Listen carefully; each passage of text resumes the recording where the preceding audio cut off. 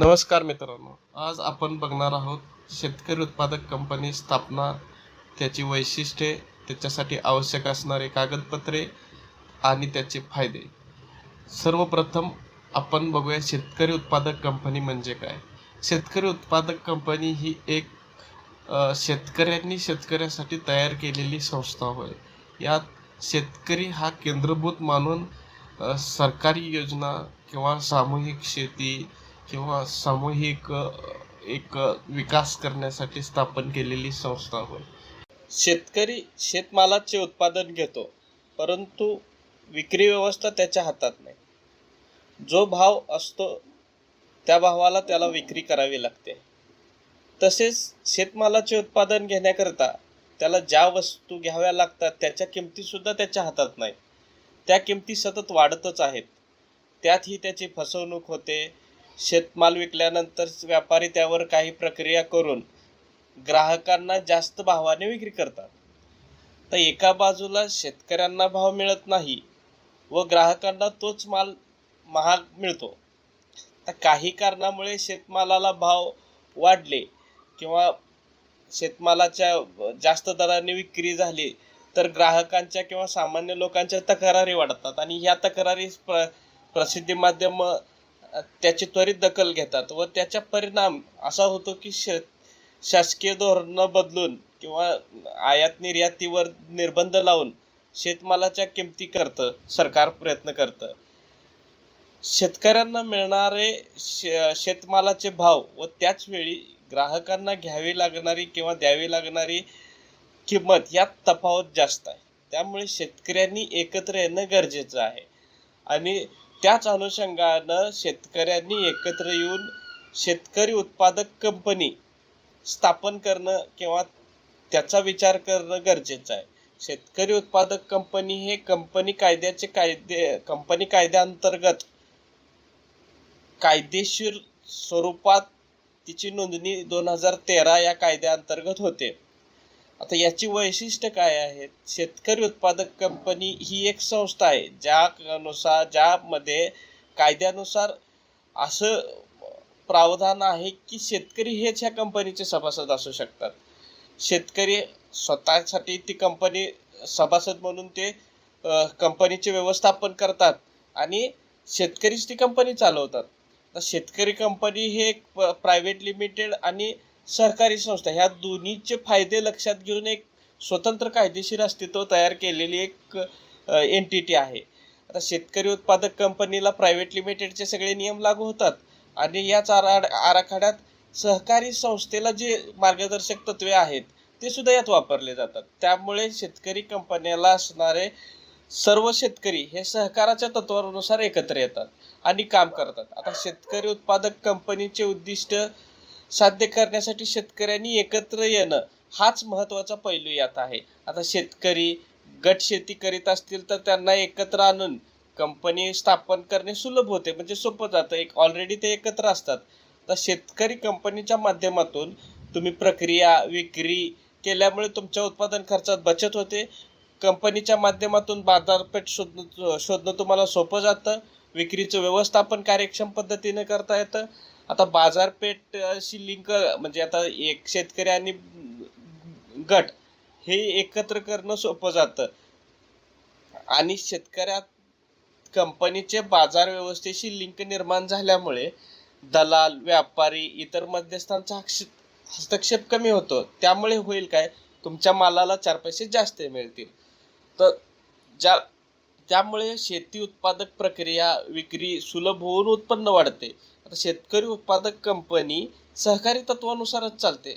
त्यामुळे अनेक शेतकरी किंवा शेतकरी गट एकत्र येतात आणि कार्यक्षम शेती करण्यासाठी त्याची मदत होते. आता शेतकरी उत्पादक स्थापन करण्यासाठी सुरुवातीला तुम्हाला 10 लोक एकत्र येऊन ते चालू करून नंतर तुमच्या आजूबाजूच्या 10 ते 12 गावातील 800 ते 1000 शेतकरी एकत्र येऊन तुम्ही कंपनी चालवू शकता. तर हे कंपनीचं कायदेशीर स्वरूप असल्यामुळं एक ह्याला कायदेशीर अस्तित्व आहे. त्यामुळे त्याचं मॅनेजमेंट करणं तुम्हाला सोपं जातं आणि बाहेरच्याचा कोणाचा हस्तक्षेप किंवा ह्यात संधी नाही आहे की कोणी बाहेरचं येऊन आपल्या कंपनीशी हस्तक्षेप करेल. आणि बाह्य हस्तक्षेपाला काहीच वाव नाही. त्यामुळे कामकाज सुरळीत होते. आता सहकारी सत्वामुळे बाह्य हस्तक्षेपाने आता आपल्या इथं बाहेरच्या हस्तक्षेपामुळे सहकारी संस्था बऱ्याच बंद पडलेल्या आहेत किंवा त्या चालू नाहीत किंवा कामकाज करायला त्यांना अडथळा येतो. अशा वातावरणात शेतकरी उत्पादक कंपनी त्याचा पूर्णपणे मालकी हक्क शेतकऱ्यांकडे असतो. कंपनी ही आर्थिकदृष्ट्या पूर्ण स्वातंत्र्य असल्यामुळे त्याची विश्वासार्हता अधिक आहे आणि कंपनी इतर आर्थिक संस्था प्रमाणे सभासदांना म्हणजे आता कंपनी समजा कंपनी स्वरूप आपल्या मोठ्या प्रमाणात झालं तर पुढे भविष्यात जाऊन आपण कंपनीच्या माध्यमातून त्यांना अल्प दरात योग्य दरात कर्ज देणं अशी कार्यकारिणी सुद्धा आपण तयार करू शकतो. आता शेतकरी उत्पादक कंपनीला कंपनी कायद्याचं पालन करावं लागतं. त्याचे नियम त्यांना बंधनकारक आहेत. आता कंपनीचं कामकाज चालवण्यासाठी त्यांना संचालक मंडळाची नेमणूक करावी लागते. संचालक मंडळामध्ये अध्यक्ष, उपाध्यक्ष, कार्यकारिणी सदस्य अशी काही पद असतात. आता कामकाज करण्यासाठी मुख्य कार्यकारी अधिकारी, व्यवस्थापकीय संचालक, कृषी तज्ज्ञांची नियुक्ती करणं किंवा तांत्रिक गोष्टीसाठी व्यवस्थापकीय धोरणात्मक निर्णय घेण्यासाठी अधिकार त्यांना द्यायचे असतात. मुख्य कार्यकारी अधिकारी संचालक मंडळाच्या ठरावाची अंमलबजावणी करतो, व्यवस्थापन करतो. हे या पद्धतीनं शेतकरी उत्पादक कंपनीची मुख्य वैशिष्ट्ये.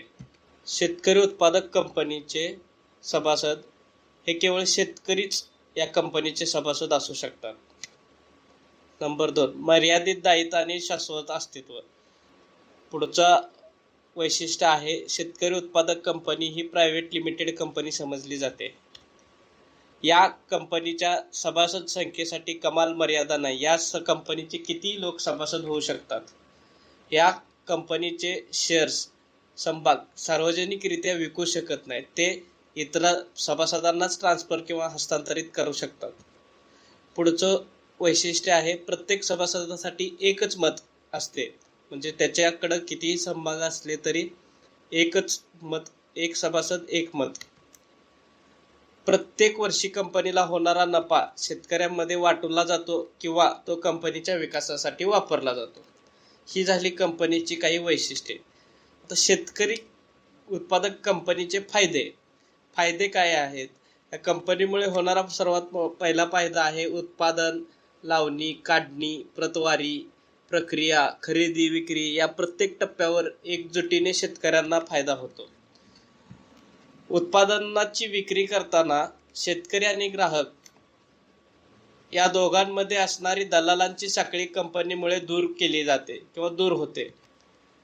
मोठ्या प्रमाणात शेतकऱ्यांनी एकत्रपणे एखाद्या गोष्टीचे उत्पादन घेतल्यास देशभरातल्या नामांकित कंपन्या, मोठे व्यापारी शेतकऱ्यांकडून प्रत्यक्ष माल खरेदी करतील. खते, बियाणे, कीटकनाशके यांची एकत्रितपणे खरेदी केल्यास त्यात बचत होते आणि शेतमालाला आपण ज्या ठिकाणी भाव आहे त्या ठिकाणी विकण्यास कंपनीमुळे शेतकऱ्यांना स्वातंत्र्य राहील. आणि ज्या गावात शेतकरी उत्पादक कंपनी स्थापन झाली ते गाव एक व्यापारी केंद्र म्हणून उदयास येईल आणि आजूबाजूला एक व्यापारी केंद्र म्हणून त्याची ओळख निर्माण होईल. आता शेतकरी कंपनी स्थापन केल्यानंतर शासनाच्या काही योजना आणि त्याचे फायदे आहेत. आता ते आपण बघूया. शेतकरी उत्पादक कंपनीला कोणत्याही प्रकारचा कर भरावा लागत नाही. शेतकरी उत्पादक कंपन्यांना इन्कम टॅक्स मधील सूट देण्यात आलेली आहे. शेतकरी उत्पादक कंपन्यांना जास्तीत जास्त कर्ज मिळवण्यामध्ये सुलभता मिळते. नाबार्ड कडून सवलतीच्या दरात कर्ज आणि विविध प्रकल्पासाठी अनुदान दिले जाते. समूह शेती तसेच समूह शेतीला लागणारे तंत्रज्ञान सरकार अगदी सुलभतेने उपलब्ध करून देते. एसीपीसी दिल्ली या संस्थेतर्फे इक्विटी ग्रँट योजनेअंतर्गत कंपनीला 15 लाख रुपये वर्किंग कॅपिटल पर्यंत अनुदान मिळते. यात शेतकऱ्यांची सभासद संख्या वाढवून आपण कंपनीला आर्थिक स्थैर्य लाभावे या मुख्य हेतूने शेतकरी आणि उत्पादक कंपनीची क्षमता वाढावी यासाठी समभाग वाढवून कंपनीचे शेअर्स वाढवून त्यासाठी इक्विटी ग्रँट दिली जाते.